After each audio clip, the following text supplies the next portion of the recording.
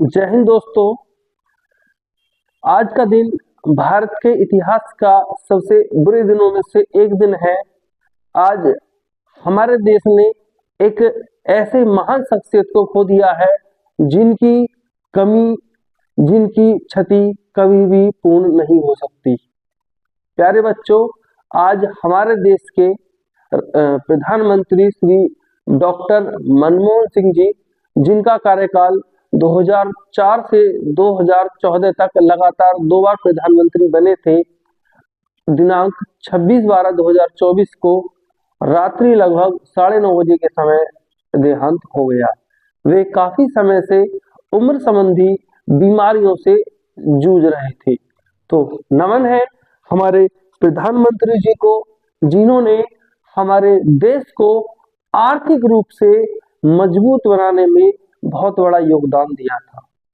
प्यारे बच्चों, डॉक्टर मनमोहन सिंह जी को ही देश का आधुनिक भारत का शिल्पकार कहा जाता है। डॉक्टर मनमोहन सिंह जी ने हमारे देश को आर्थिक रूप से मजबूत बनाने के लिए बहुत बड़ा योगदान दिया है। 1932 में इनका जन्म हुआ था, जब ब्रिटिश शासन भारत में लागू था। ठीक है, तो उस समय जब डिवाइडेशन हुआ तो इनका जो जन्म स्थान है वह पाकिस्तान क्षेत्र में था, तो ये पाकिस्तान को छोड़कर भारत आ गए थे और अमृतसर में बस गए थे। वहीं से इन्होंने अपनी एजुकेशन पूर्ण की। उसके बाद कैम्ब्रिज और ऑक्सफोर्ड यूनिवर्सिटी से भी इन्होंने शिक्षा प्राप्त की। तो आज हम प्रकाश डालेंगे हमारे देश के former prime minister doctor Manmohan Singh के जीवन के कुछ मुख्य बिंदुओं पर। सबसे पहले मैं बताना चाहूंगा कि जो हमारे डॉक्टर मनमोहन सिंह हैं, उन्हें आधुनिक भारत का शिल्पकार कहा जाता है, यानी कि the architect of modern India, आधुनिक भारत का शिल्पकार। मनमोहन सिंह जी का जन्म 1932 में हुआ, 1932, और उनका जो देहांत हुआ है वो 2024 में हुआ है, 26/12/2014। लगभग 92 ईयर्स, 92 वर्ष की उम्र में इनका निधन हुआ है। प्यारे बच्चों, डॉक्टर मनमोहन सिंह जी का जन्म व शिक्षा।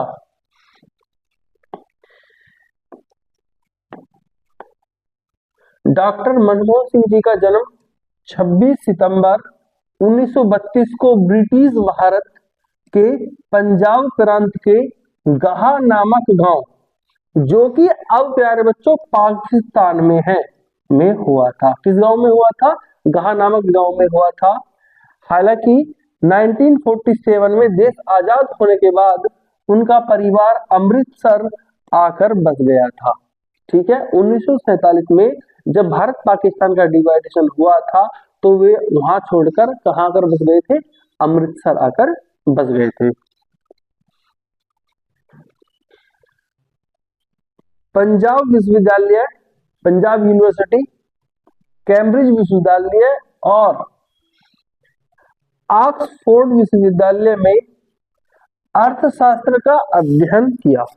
ठीक है, सबसे पहले मनमोहन सिंह जी ने पंजाब विश्वविद्यालय से स्नातक और स्नातकोत्तर की डिग्री प्राप्त की।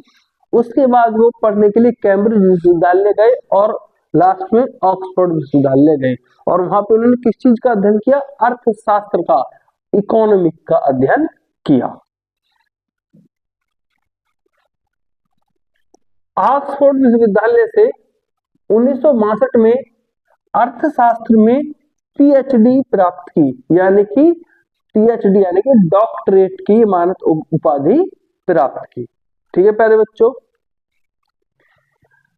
डॉक्टर मनमोहन सिंह जी का एकेडमिक और पेशेवर करियर, यानी कि जब वे अपनी शिक्षा पूर्ण कर वापस स्वदेश लौटे,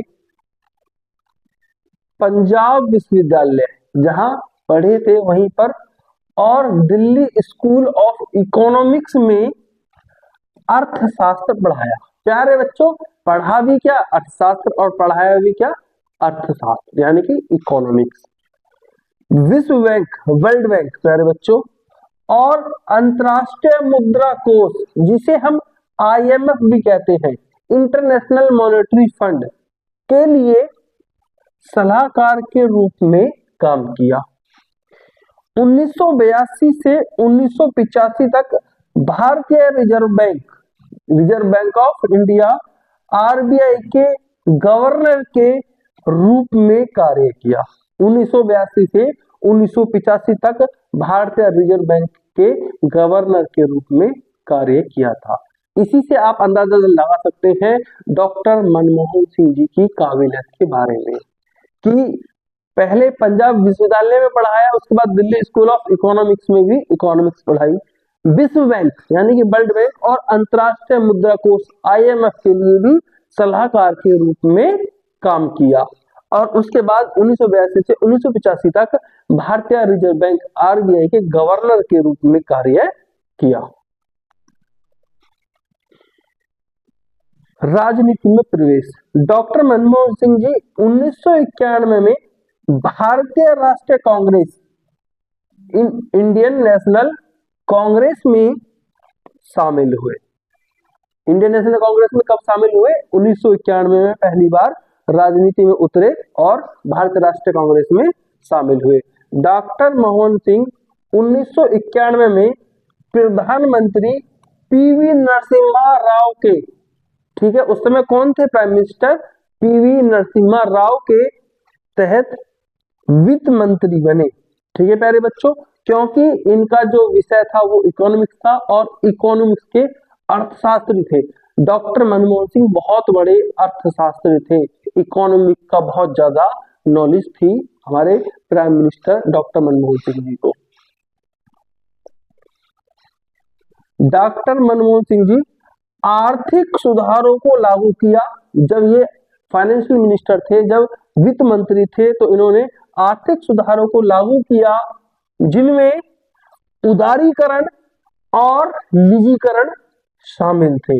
तो अगर आप इस चीज को ध्यान रखिए कि उदारीकरण और निजीकरण किसके समय में शामिल हुए?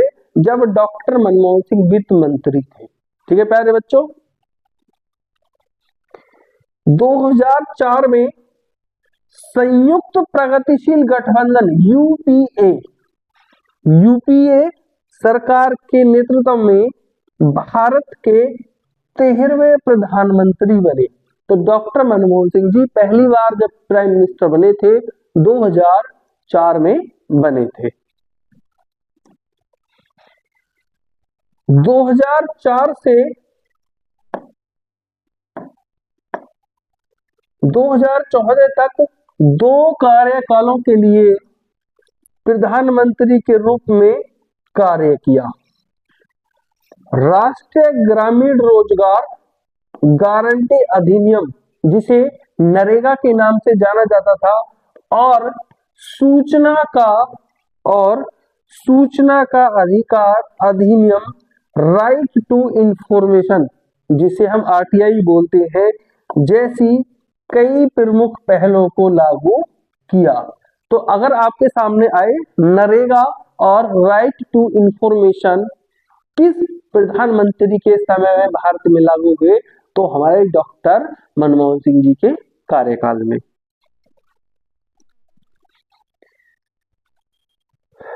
कार्यकाल के दौरान भारत की आर्थिक वृद्धि का नेतृत्व किया, जिसमें GDP वृद्धि औसतन प्रतिवर्ष 8% से अधिक रही। यानी कि जब तक श्री डॉक्टर मनमोहन सिंह जी देश के प्राइम मिनिस्टर रहे, तब तक जो आर्थिक वृद्धि औसतन प्रतिवर्ष थी वो लगभग 8% या उससे ऊपर बनी रही। भारत के संबंधों को अमेरिका, चीन और रूस जैसी प्रमुख विश्व शक्तियों के साथ मजबूत किया। ठीक है, हमें जो प्रमुख देश थे रूस, अमेरिका और चीन, उनके समक्ष मजबूती से खड़ा रखा। 1987 में पद्म विभूषण से सम्मानित किया गया, जो भारत का दूसरा सर्वोच्च नागरिक सम्मान है। ठीक है, 1987 में पद्म विभूषण से सम्मानित किया गया, जो भारत का दूसरा सर्वोच्च नागरिक सम्मान है। ऑक्सफोर्ड विश्वविद्यालय और कैम्ब्रिज विश्वविद्यालय सहित कई विश्वविद्यालयों से मानद यानी कि डॉक्टरेट प्राप्त की। प्यारे बच्चों, डॉक्टरेट यानी कि पीएचडी की डिग्री प्राप्त की। नेक्स्ट है आपका व्यक्तिगत जीवन। गुरुशरण कौर से विवाहित। डॉक्टर मनमोहन जी की शादी गुरुशरण कौर जी से हुई थी। इनकी 3 बेटियां हैं प्यारे बच्चों। 3 बेटियों के साथ अपनी सादगी, विनम्रता और ईमानदारी के लिए जाना जाता है। डॉक्टर मनमोहन सिंह पर जी के 3 लड़कियां हैं, ठीक है, 3 बेटी हैं, कोई बेटा नहीं है। ठीक है, उनके साथ वो अपना जीवन सादगी के साथ जी रहे थे। अंत में प्यारे बच्चों, हम आपसे यही कहेंगे कि डॉक्टर मनमोहन सिंह जी का हमारे देश को आर्थिक रूप से मजबूत बनाने में बहुत बड़ा योगदान है। ठीक है, जो योगदान हमारे देश को जिसे कभी भूला नहीं जा सकता, या ये समझ लीजिए इनकी कमी कभी भी भरी नहीं जा सकती। तो नमन है ऐसी सदात्मा को जिन्होंने हमारे देश में जन्म लिया और देश की सेवा की। जय हिंद दोस्तों।